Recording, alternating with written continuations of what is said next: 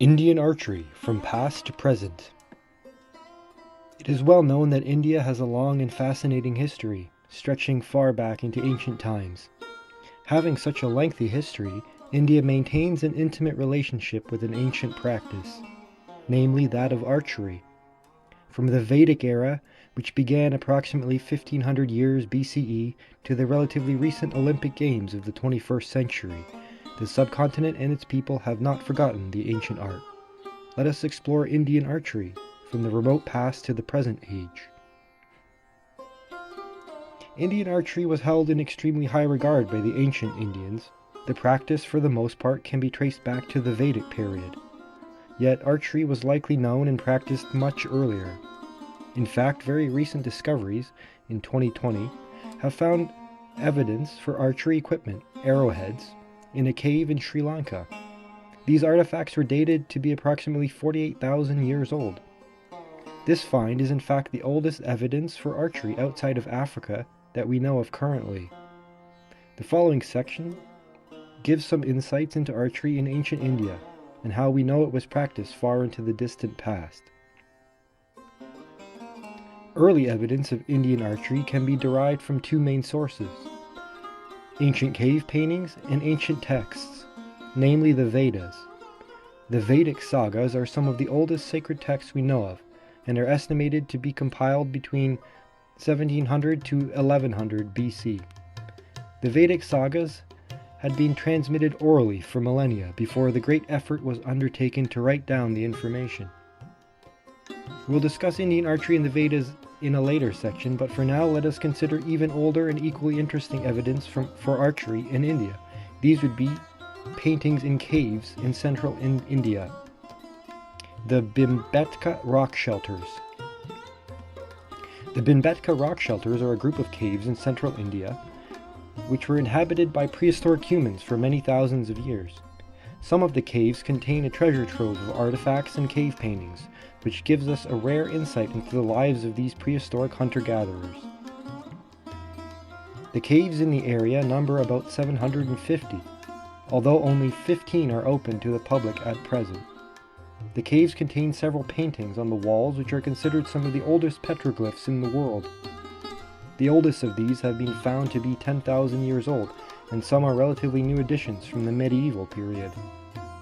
The paintings depict scenes from everyday life, which is helpful in giving us insight into what these people were doing back then. Relating to our topic of archery, many paintings clearly depict large numbers of archers. The bows and arrows are carefully depicted in the hands of these ancient archers. The scenes usually depict the hunting of large herd animals, yet some human-on-human conflicts with bows are also represented.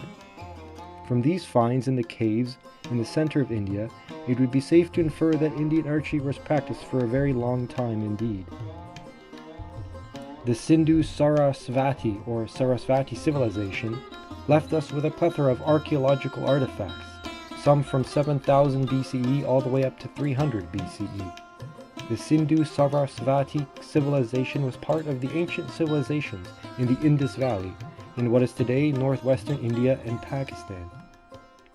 They flourished during the Bronze Age, and several bronze arrowheads have been recovered from several sites, including Mohenjo-Daro. The Indus Valley civilization was a contemporary of other major ancient civilizations, notably those of Mesopotamia and ancient Egypt. The Indus Valley people traded and interacted with many peoples, and flourished. By 2500 BCE, the region became the largest, if not the greatest civilization of the ancient world. Its region of influence expanded over 1 million square kilometers at its height, and had an estimated population of 5 million people. Indian archery and Vedic literature. Indian archery is well preserved in one of the most colossal and ancient texts ever written. These are, of course, the Vedas. The Vedas are a collection of religious texts written down sometime between roughly 1500 to 500 BCE. The Vedas were written in Sanskrit and were the basis of early Hinduism. Long before the Vedas were committed to being written down, they were an oral tradition going back several thousands of years.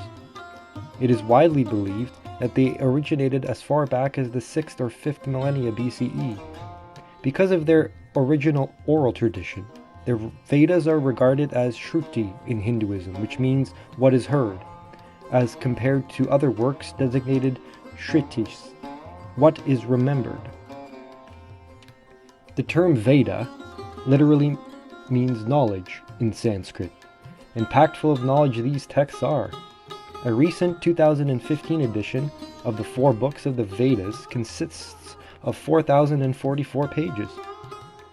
As mentioned, the Vedas can be divided into 4 main books: Rig Veda, Sama Veda, Yajur Veda, Atharva Veda. Within these 4 main divisions of the text, a further subdivision into 4 types of writing and subject matter follows. Arankyakas, rituals or observances. Brahmanas, commentaries on the rituals. Samhitas, benedictions, prayers, mantras. Upanishads, philosophical narratives and dialogues. The authorship of the Vedas is unknown, as it has been lost to time. It is believed ancient rishis or sages of bygone eras, being divinely inspired, created them. Within the Vedic texts, Yajur Veda, there is an especially noteworthy section. It is a treatise on warfare and archery known as Dhanur Veda. It considers all aspects of archery, and one could infer the importance placed on the practice with its inclusion in the Vedic texts. Dhanur Veda. Dhanur Veda is a section of Vedic texts relating to archery, Dhanus, bow, and Veda, knowledge. It is contained within the second text, Yajur Veda.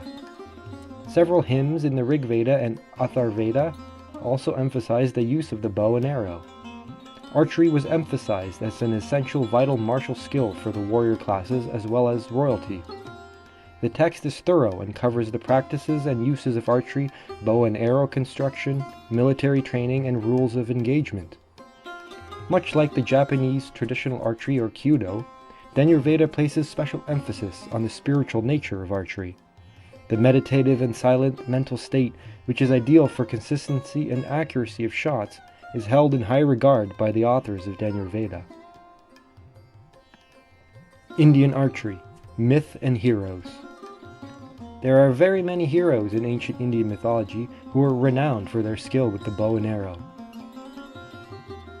Some of the more popular and well-known archers from Indian mythology include Arjuna. Arjuna was the chief protagonist of the Indian epic Mahabharata. The Mahabharata is one of 2 major Sanskrit epics of ancient India, the other being Ramayana. The Mahabharata is truly epic in scope, considered to be the longest poem ever written, at about 1.8 million words in total. The Mahabharata is roughly 10 times the length of the Iliad and the Odyssey combined. The epic likely reached its full compilation in the 4th century BCE. After learning weaponry from Drona, Arjuna becomes a very skilled archer, able to hit the eye of a bird in a tree. In art, he is very often depicted with a bow and arrow. Bhishma. Bhishma is another prominent figure in the Mahabharata. He is the son of the Kuru king Shantanu and the river goddess Ganga. He was one of the best archers and warriors of his time, and he was trained by Lord Vishnu's 6th avatar, Parshuram. Arjuna and Bhishma fight in the Kurukshetra war, which is the main conflict of the Mahabharata. Bhishma is brought down by Arjuna, who had pierced his back with innumerable arrows. The arrows were so many that Bhishma collapsed on his back, and he lay suspended on a bed of arrows that stuck out of his backside. Drona, another epic character of the Mahabharata. He was a master of advanced military arts, including the divine weapons or astras. Drona was also a master archer. The Mughals and Indian archery. For much of the medieval period in India, the continent had seen a seemingly unending power struggle between various factions. With the rise of Islam in the 7th century AD came increasing raids from the west, and the establishment of the Delhi Sultanate in the north of India in the 13th century AD. The rise of the Mongols was also a cause for concern, as they had conquered most of the territories to the north of the subcontinent. All this changed when the Mughals entered the scene, conquering and subduing most of the continent and enacting various reforms which ultimately led to some unification and stability. The conventional founder of the empire is known by the name of Babur. He hailed from the lands to the west of India known as the Timurid Empire, after its founder Timur, or Tamerlane. These lands encompass much of modern-day Afghanistan, Pakistan, eastern Iran, Turkestan, Azerbaijan, and Kazakhstan. The Timurids designated themselves as Kurkani. This word is a derivative of Kurkan, a Persianized form of the Mongolian word Kurgan, meaning son-in-law. This is because Timur married Sere Mulk Khanum, a direct descendant of Genghis Khan. The Mughals and the Mongols. Babur was descended from Timur on his father's side and from the Great Khan on his mother's. The dependence in relation to the Mongols are in fact where we get the term Mughal or Moghal. Being from Central Asia, Babur and his descendants, namely his grandson Akbar, would go on to conquer much of India and enact many successful reforms. Mounted archery, being a primary mode of conducting warfare in their ancestral homeland since time immemorial, was used to great effect by Babur and his descendants. Their unique composite bow, with extremely reflexed limbs, is well known and respected in the traditional Asiatic composite bow community. The key feature of the Mughal type is the large limb tips, or siyas, that, in some models, overlap when the bow is unstrung. By the 16th century AD, composite bow development reached its apex, and the Mughal bow is an excellent example of Asiatic reflex bows at their finest. Constructed like all Asiatic composite bows, using wood, horn, and sinew, in the hands of a skilled archer these bows were formidable weapons. Due to the humid and warm climate in India, the bows had to be entirely covered in lacquer. Some were elaborately decorated, as being an archer was a status symbol. The origins of the Mughals and the Mughal crab bow. The Mughal Empire existed because of India's nomadic neighbors to the northeast. It is the convention that the empire, founded by Babur, who was descended from some impressive steppe lords. As mentioned, he was a descendant of Timur and Genghis Khan, through his father and mother respectively. Born in modern-day Uzbekistan, Babur hailed from the Barlas tribe, which had its origins in the Mongol steppes, but embraced Turkic and Persian culture. Descending from the central steppes of Asia, Babur and his kin were no strangers to the ways of the bow. Mounted archers were the preferred method of conducting warfare in Central Asia for millennia. The construction of bows proved challenging in the Indian subcontinent due to the hot and humid climate.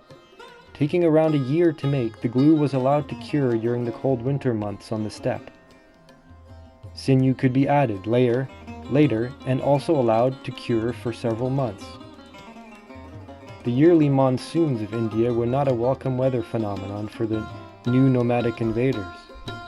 Typically, Mughal bows received several coats of lacquer to seal and protect them.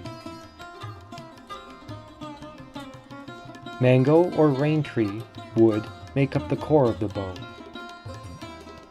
Catgut, or natural fibers from an animal's intestines, cover the back of the bow. They serve the same purpose as sinew backing. Buffalo or wild goat's horn were used on the belly of the bow. A final wrapping of birch bark is used to seal the bow, then paint and varnish is applied to help further seal the bow. Much like many of the contemporary Turkish bows of the same era, Mughal bows were highly decorated status symbols, as well as practical weapons. Mughal archery and warfare. Similar to the fighting style of all steppe nomads, the Mughals fight on horseback with the bow. The strength of the Mughal cavalry on the battlefield lay in the combined employment of heavy cavalry in the center and light mounted archers in the flanks. In the tactic called tulkama, the latter wheeled around the enemy, firing volleys of arrows. This had to be done repeatedly from about 50 meters maximum. Each archer had 40 to 50 arrows in his quiver.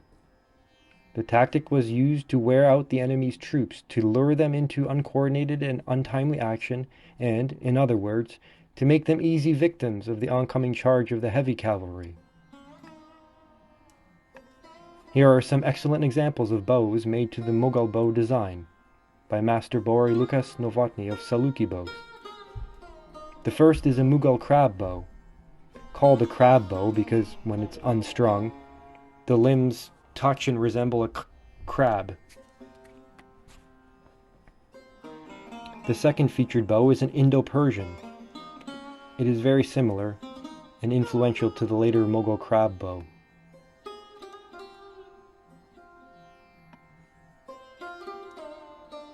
Take care. Thanks for watching.